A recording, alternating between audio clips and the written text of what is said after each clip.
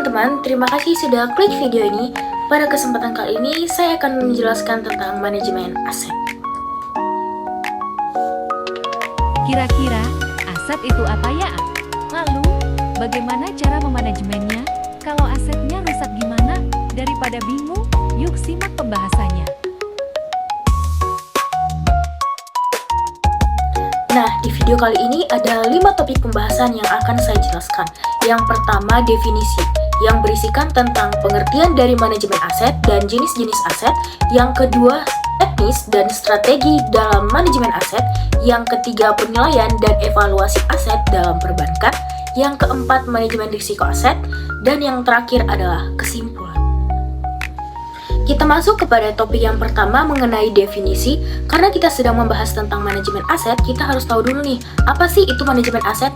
Manajemen aset adalah proses sistematis untuk mengelola aset-aset yang dimiliki individu, organisasi, ataupun perusahaan dengan tujuan memaksimalkan nilai aset, manfaat, dan umur aset tersebut sambil meminimalkan resiko dan biaya-biaya terkait.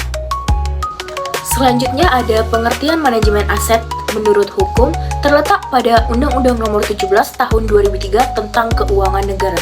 Di sini menyebutkan bahwa pengelolaan aset negara merupakan bagian dari pengelolaan keuangan negara, serta menyebutkan juga bahwa pengelolaan aset negara harus dilakukan secara efisien, yang artinya dikelola secara optimal agar hasilnya maksimal, serta transparan, yang artinya terbuka atau jujur, dan akuntabel, yang artinya dapat dipertanggungjawabkan. Kita masuk kepada jenis-jenis aset. Di sini ada 3 kategori jenis-jenis aset yang saya ambil. Yang pertama adalah aset berwujud, yang kedua aset lancar, dan yang ketiga aset tidak berwujud. Aset berwujud adalah aset-aset yang memiliki bentuk fisik, dapat dilihat, disentuh, dirasakan, dan digunakan dalam kegiatan operasional perusahaan. Biasanya memiliki masa manfaat lebih dari 1 tahun. Yang kedua, aset lancar. Aset lancar adalah aset-aset yang diharapkan dapat dikonversi atau dialihkan menjadi kas, dijual, atau digunakan dalam kegiatan operasional perusahaan. Biasanya memiliki masa waktu 1 tahun atau selama siklus operasi normal perusahaan. Yang ketiga adalah aset tidak berwujud. Aset tidak berwujud maksudnya adalah aset yang tidak memiliki bentuk fisik, tetapi memiliki nilai ekonomi dan dapat memberikan manfaat bagi perusahaan di masa depan. Kita masuk ke pembahasan aset berwujud. Di sini ada beberapa contoh aset-aset berwujud yang saya ambil. Yang pertama yaitu tanah, merupakan tempat yang digunakan untuk keperluan operasional seperti pabrik atau kantor. Biasanya tidak memiliki depresiasi atau penurunan nilai aset.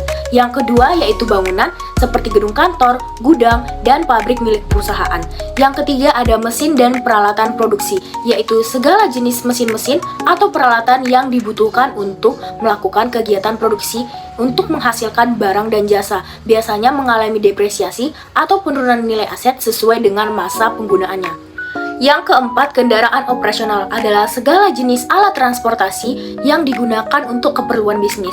Yang kelima, ada perabotan dan peralatan kantor, yaitu segala jenis alat-alat yang dimiliki perusahaan dan digunakan untuk menunjang aktivitas, seperti meja, kursi, komputer, dan lain-lain. Yang keenam, ada jaringan dan infrastruktur. Contohnya, saluran listrik, jaringan internet internal, dan sistem perpipaan dalam pabrik. Yang kedua ada aset lancar. Nah teman-teman, aset lancar terbagi lagi nih jenis-jenisnya. Yang pertama ada pembayaran yang masih harus diterima. Contohnya bunga dari deposito yang belum dicairkan. Yang kedua biaya dibayar di muka. Contohnya faktur kredit penjualan yang jatuh tempo dalam waktu dekat. Yang ketiga kas atau setara kas. Contohnya uang tunai, saldo rekening bank, dan deposito 1-3 bulan. Yang keempat ada piutang usaha, yaitu contohnya faktur kredit penjualan yang jatuh tempo dalam waktu dekat. Yang kelima ada persediaan barang, contohnya bahan baku, bahan setengah jadi, dan barang yang siap dijual. Yang terakhir ada investasi jangka pendek, contohnya ada surat berharga, saham jangka pendek, dan juga obligasi yang jatuh tempo kurang dari 1 tahun. Yang terakhir dari jenis-jenis aset adalah aset tidak berwujud. Ada 5 contoh aset tidak berwujud.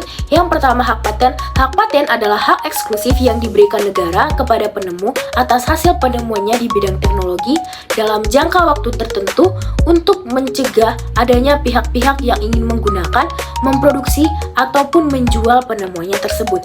Yang kedua, ada hak cipta. Hak cipta adalah hak eksklusif yang diberikan kepada pencipta atas hasil karya intelektualnya di bidang ilmu pengetahuan, seni, dan sastra. Hak ini diberikan untuk melindungi karya tersebut dari hal-hal yang tidak diinginkan. Contohnya bisa kita lihat pada slide. Yang ketiga, ada merek dagang. Merek dagang adalah nama, simbol, ataupun penanda terhadap suatu barang atau jasa. Merek ini juga merupakan identitas yang menggambarkan kualitas serta reputasi suatu produk, barang, atau jasa. Yang keempat, ada goodwill. Secara sederhana, pengertian dari goodwill ini adalah nama baik. Nama baik yang dimiliki oleh suatu perusahaan yang mencerminkan keunggulan dan reputasi yang dimiliki perusahaan tersebut yang membedakannya dengan perusahaan-perusahaan pesaing lain. Yang terakhir, ada lisensi. Lisensi adalah izin yang diberikan oleh pemilik hak atau lisensor kepada pihak lain atau lisensi untuk menggunakan, memproduksi, dan mendistribusikan aset atau properti baik bersifat material maupun non-material sesuai dengan syarat dan ketentuan tertentu yang telah disepakati bersama.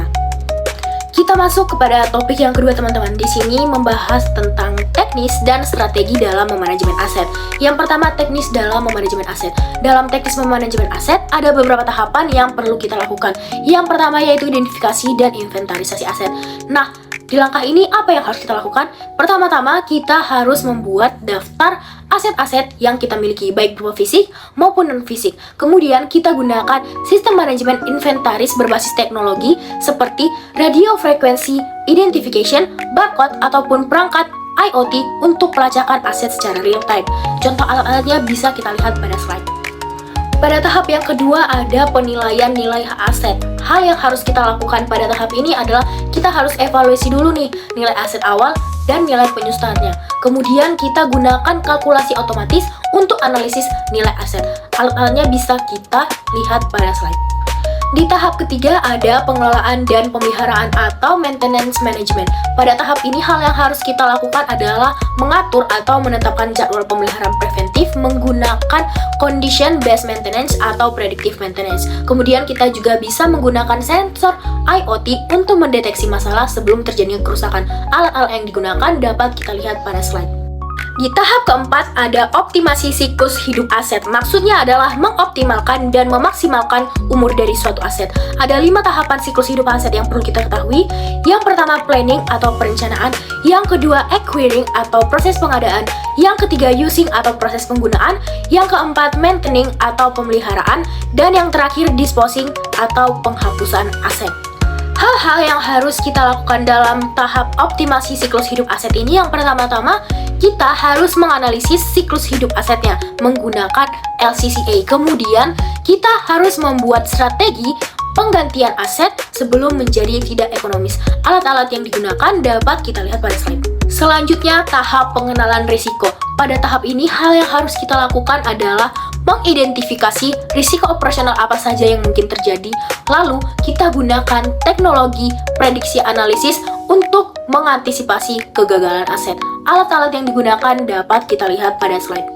Selanjutnya, tahap pelaporan dan kepatuhan. Pada tahap ini, hal yang dapat kita lakukan adalah membuat laporan aset secara otomatis melalui dashboard interaktif. Kemudian, kita harus memastikan aset dikelola sesuai dengan standar manajemen aset.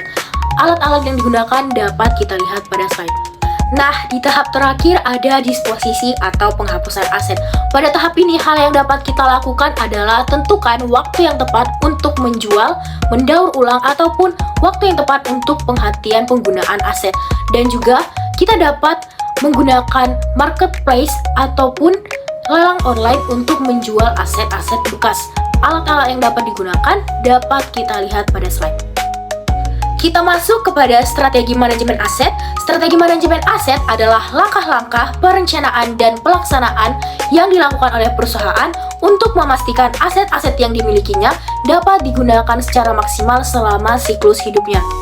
Ada beberapa strategi manajemen aset yang dapat kita lakukan. Yang pertama, manajemen resiko. Hal yang harus kita lakukan adalah mengidentifikasi resiko-resiko apa saja yang mungkin terjadi dan mengembangkan rencana mitigasi resiko tersebut. Yang kedua, memanfaatkan teknologi digital dengan cara mengadopsi perangkat lunak manajemen aset dan juga menggunakan IoT atau AI untuk mengintegrasi data aset.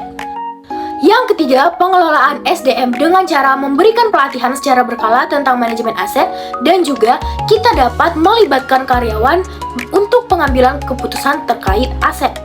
Yang keempat, pengelolaan keuangan untuk aset. Kita dapat melakukan alokasi anggaran yang memadai, kemudian lakukan evaluasi return on investment untuk setiap aset. Di tahap terakhir ada pelaporan dan evaluasi. Hal yang harus kita lakukan adalah membuat laporan kinerja aset menggunakan dashboard digital, lalu lakukan evaluasi secara berkala terhadap aset untuk menyesuaikan strategi. Teman-teman, jika tadi kita sudah membahas teknis dan strategi dalam manajemen aset, sekarang kita masuk kepada penilaian dan evaluasi aset dalam perbankan. Ada 4 tujuan penilaian dan evaluasi aset. Yang pertama, menjaga kesehatan keuangan bank. Yang kedua, kepatuhan terhadap regulasi. Yang ketiga, mengelola risiko kredit dan likuiditas. Yang keempat, pengambilan keputusan yang strategis. Selanjutnya teman-teman, saya akan menjelaskan proses-proses dalam penilaian dan evaluasi aset. Ada 5. Yang pertama, identifikasi aset dengan cara mengidentifikasi semua aset yang dimiliki bank, kemudian menyusunnya sesuai dengan jenis atau kategori tertentu. Yang kedua, penilaian nilai pasar. Di sini kita menilai nilai wajar dari suatu aset dapat dinilai menggunakan 3 metode. Yang pertama, market approach berdasarkan pendekatan pasar. Yang kedua, income approach berdasarkan pendapatan di masa depan. Dan yang ketiga, cost approach atau berdasarkan biaya penggantian atau pembuatannya. Yang ketiga, analisis likuiditas. Yang perlu kita lakukan di sini adalah mengevaluasi likuiditas aset menggunakan rasio likuiditas. Ada 2 rasio likuiditas, yaitu LDR dan LCR. Yang terakhir ada audit dan verifikasi. Pada tahap ini kita perlu melakukan audit baik secara internal maupun eksternal untuk memverifikasi nilai dan kualitas aset. Selanjutnya kita harus memastikan kepatuhan terhadap kebijakan dan standar akuntansi internasional. Nah teman-teman, kita sampai kepada topik kita yang terakhir, yaitu langkah-langkah manajemen risiko aset. Yang pertama yang harus kita lakukan adalah identifikasi aset. Pada aset kita harus menginventarisasi aset, kemudian kita identifikasi ancaman apa saja yang mungkin merusak ataupun mengurangi nilai dari aset tersebut.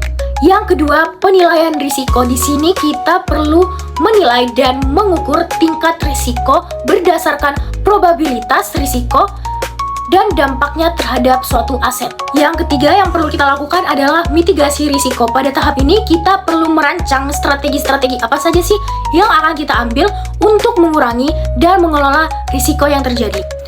Kemudian ada tahap pemantauan dan evaluasi. Di sini kita perlu memantau risiko secara berkala, kemudian mengevaluasi strategi mitigasi efektif apa yang perlu kita lakukan dan menyesuaikannya.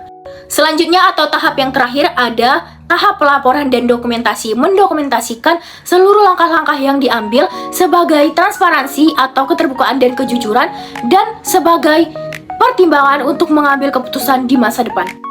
Kita masuk kepada kesimpulan dari semua yang sudah saya jelaskan tadi. Dapat kita simpulkan bahwa manajemen aset adalah proses strategis yang berwujud maupun tidak berwujud. Proses manajemen aset mencangkup identifikasi, penilaian nilai, pemeliharaan, pengoptimalan siklus hidup, dan pengelolaan risiko untuk memastikan bahwa aset maksimalkan nilainya sepanjang waktu. Organisasi dapat meningkatkan efisiensi pengelolaan, transparansi inventaris, dan pemantauan kinerja aset dengan menggunakan teknologi. Selain itu, pelaporan berkala dan kepatuhan terhadap standar internasional memastikan tata kelola aset yang sesuai dan akuntabel. Manajemen risiko aset juga menjadi komponen penting, mencangkup identifikasi ancaman, mitigasi melalui strategi seperti asuransi atau pencegahan, serta evaluasi keberlanjutan strategi.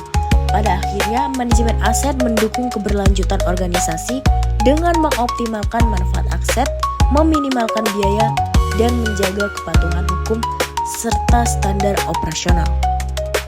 Nah, teman-teman, sekian dulu video dari saya terkait manajemen aset. Semoga apa yang saya sampaikan dapat bermanfaat bagi teman-teman sekalian. Saya juga minta maaf jika ada kesalahan sikap, bahasa, ataupun tutur kata yang kurang mengenakan. Saya juga berterima kasih jika teman-teman berkenan untuk like video ini. Kritik dan sarannya dipersilahkan. Terima kasih.